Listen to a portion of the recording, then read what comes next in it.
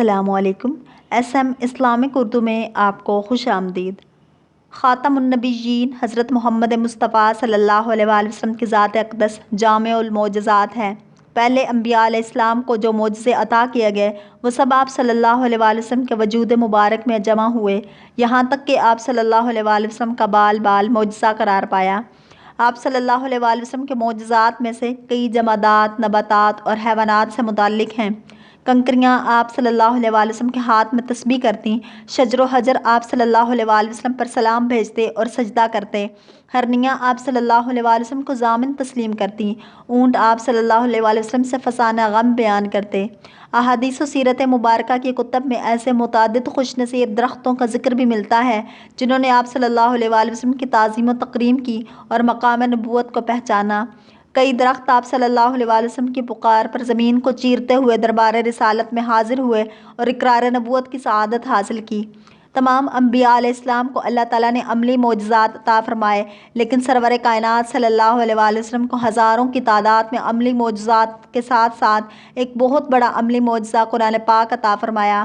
زندہ اور ہمیشہ باقی رہنے والا یہ عظیم الشان معجزہ ہے جو اپنی معجزانہ حیثیت اور شان کے ساتھ آج بھی امت کے پاس جوں کا توں موجود ہے۔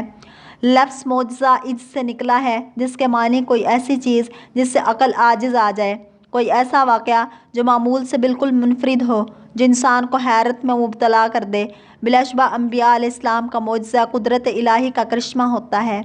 ایک دفعہ مکہ کی ویران گھاٹی میں نبی کریم صلی اللہ علیہ وآلہ وسلم کا رکانہ بن عبد یزید، جو کہ قریش کا ایک بہت طاقتور پہلوان تھا اور قریش میں اس سے بڑا کوئی پہلوان نہ تھا، سے سامنا ہو گیا۔ آپ صلی اللہ علیہ وآلہ وسلم نے اسے اسلام کی دعوت دی۔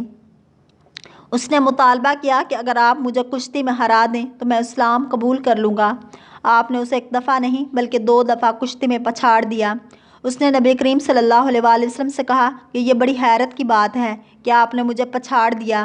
نبی کریم صلی اللہ علیہ وآلہ وسلم نے فرمایا کہ میں تمہارے سامنے اس سے بھی عجیب و غریب چیز پیش کروں گا، مگر شرط یہ ہے کہ تم اللہ سے ڈرو، اپنی روش بدلو اور میری پیروی اختیار کرو۔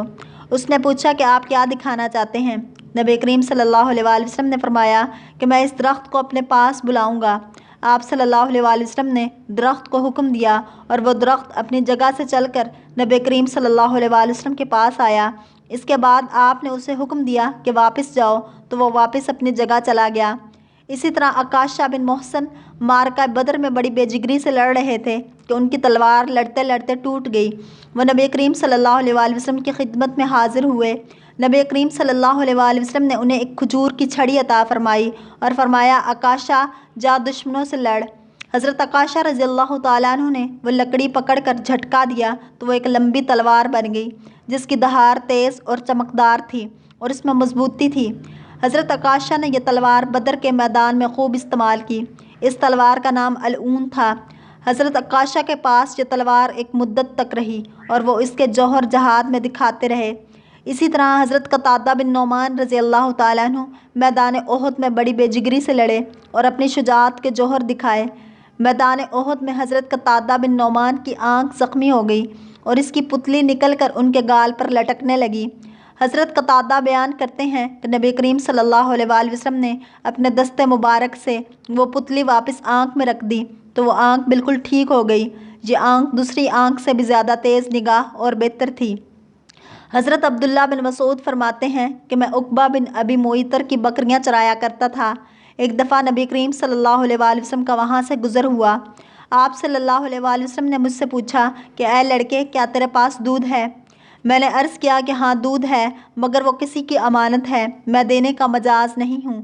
نبی کریم صلی اللہ علیہ وآلہ وسلم نے فرمایا اچھا، تمہارے پاس کوئی ایسی بکری ہے جو کبھی حاملہ نہ ہوئی ہو اور نہ شیردار ہو؟ میں نے عرض کیا کہ ہاں ایسی بکری تو ہے۔ پھر میں نے وہ بکری پیش خدمت کر دی۔ نبی کریم صلی اللہ علیہ وآلہ وسلم نے اس کے تھنوں پر ہاتھ پھیرا، تھوڑی دیر سولاتے رہے، اس کے تھنوں میں دودھ اتر آیا۔ آپ صلی اللہ علیہ وآلہ وسلم نے ایک برتن میں دودھ بھر کر وہ خود بھی پیا اور اپنے ساتھی حضرت ابو بکر رضی اللہ تعالیٰ عنہ کو بھی پلایا۔ اس کے بعد بکری کے تھن پھر پہلے سے جیسے ہو گئے۔ ایک بار ابو لہب کے بیٹے عتیبہ نے نبی کریم صلی اللہ علیہ وآلہ وسلم کی شان میں گستاخی کی تو نبی کریم صلی اللہ علیہ وآلہ وسلم نے اس کے حق میں بد دعا کی کہ اے اللہ اپنے کتوں میں سے کسی کتے کو اس پر مسلط کر دے۔ نبی کریم صلی اللہ علیہ وآلہ وسلم کی یہ بد دعا ایسے پوری ہوئی کہ کچھ عرصے کے بعد عتیبہ اپنے باپ ابو لہب کے ساتھ شام کے تجارتی سفر پر روانہ ہوا۔ ایک جگہ پڑاؤ کیا، وہاں ایک گرجا تھا۔ وہاں کے لوگوں نے بتایا کہ یہاں تو شیر ایسے گھومتے ہیں جیسے اور عام علاقوں میں بکریاں گھومتی ہیں۔